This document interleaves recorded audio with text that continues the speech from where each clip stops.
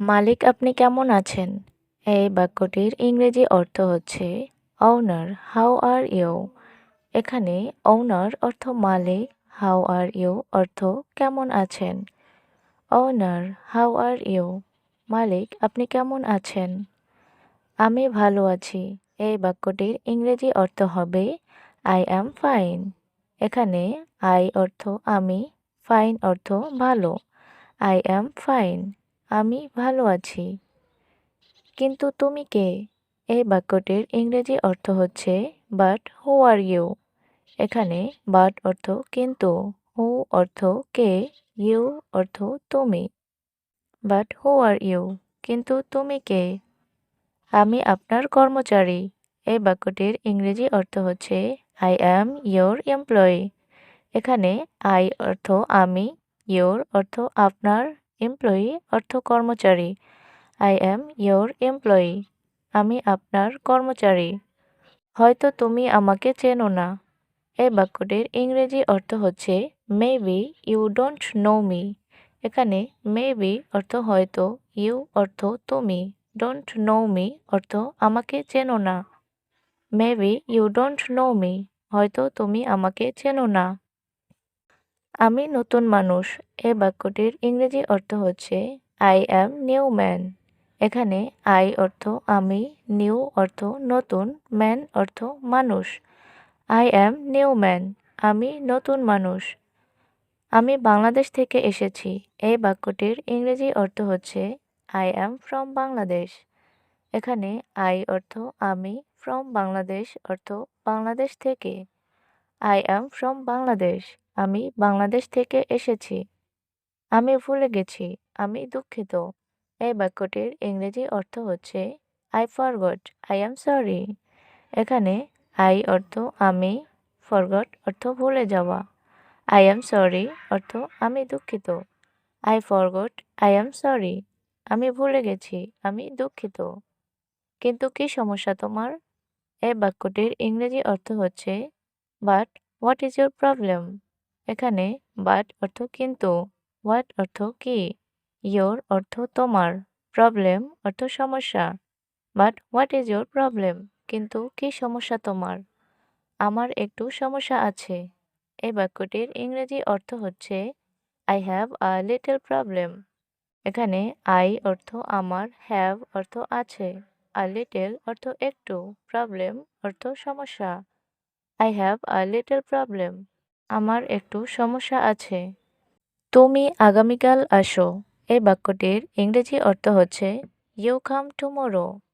এখানে ইউ অর্থ তুমি, কাম অর্থ আসা, টুমোরো অর্থ আগামীকাল।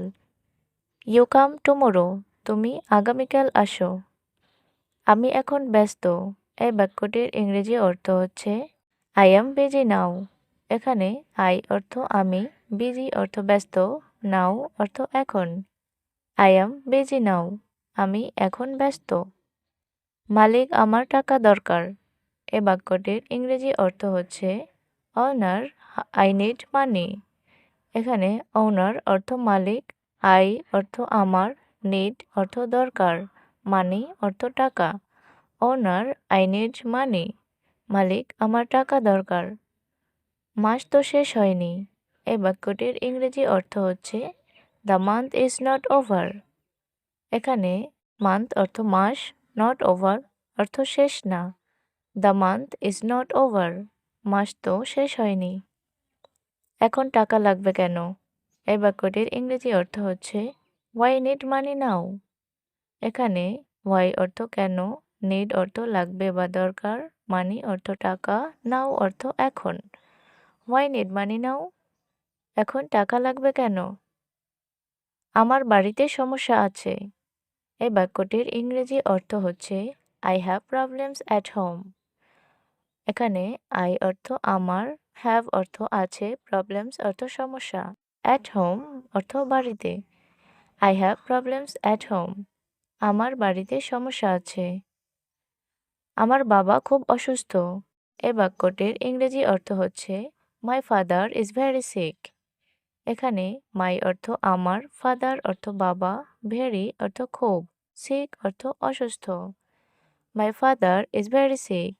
আমার বাবা খুব অসুস্থ। আমার বাবা হাসপাতালে ভর্তি। এই বাক্যটির ইংরেজি অর্থ হচ্ছে মাই ফাদার ইজ হসপিটালাইজড। এখানে মাই ফাদার অর্থ আমার বাবা, হসপিটালাইজড অর্থ হাসপাতালে ভর্তি। মাই ফাদার ইজ হসপিটালাইজড। আমার বাবা হাসপাতালে ভর্তি। তুমি সত্যি বলছো? এই বাক্যটির ইংরেজি অর্থ হচ্ছে are you telling the truth. এখানে ইউ অর্থ তুমি, টেলিং অর্থ বলছো, ট্রুথ অর্থ সত্যি। Are you telling the truth? তুমি সত্যি বলছো? জি, বেশি সমস্যা। এই বাক্যটির ইংরেজি অর্থ হচ্ছে ইয়েস, মোর প্রবলেমস। এখানে ইয়েস অর্থ জি, মোর অর্থ বেশি, প্রবলেমস অর্থ সমস্যা। ইয়েস, মোর প্রবলেমস। জি, বেশি সমস্যা। তোমার কত টাকা প্রয়োজন? এই বাক্যটির ইংরেজি অর্থ হচ্ছে how much money do you need. এখানে হাউ মাচ মানি অর্থ কত টাকা, ইউ নিড অর্থ তোমার প্রয়োজন। How much money do you need? তোমার কত টাকা প্রয়োজন? 500 টাকা। এই বাক্যটির ইংরেজি অর্থ হচ্ছে 500 টাকা। এখানে 500 অর্থ 500, টাকা অর্থ টাকা। 500 টাকা, 500 টাকা। সমস্যা নাই, ভয় পেও না। এই বাক্যটির ইংরেজি অর্থ হচ্ছে no problem, don't be afraid. এখানে নো প্রবলেম অর্থ সমস্যা নাই, ডোন্ট বি অ্যাফ্রেড অর্থ ভয় পেও না। No problem, don't be afraid, সমস্যা নাই, ভয় পেও না। আমি 500 টাকা দেব। এই বাক্যটির ইংরেজি অর্থ হচ্ছে আই উইল গিভ ইউ 500 টাকা। এখানে আই অর্থ আমি, গিভ অর্থ দিব, 500 অর্থ 500, টাকা অর্থ টাকা। আই উইল গিভ 500 টাকা। আমি 500 টাকা দিব। ধন্যবাদ, আপনি খুব ভালো। এই বাক্যটির ইংরেজি অর্থ হচ্ছে thank you, you are very good.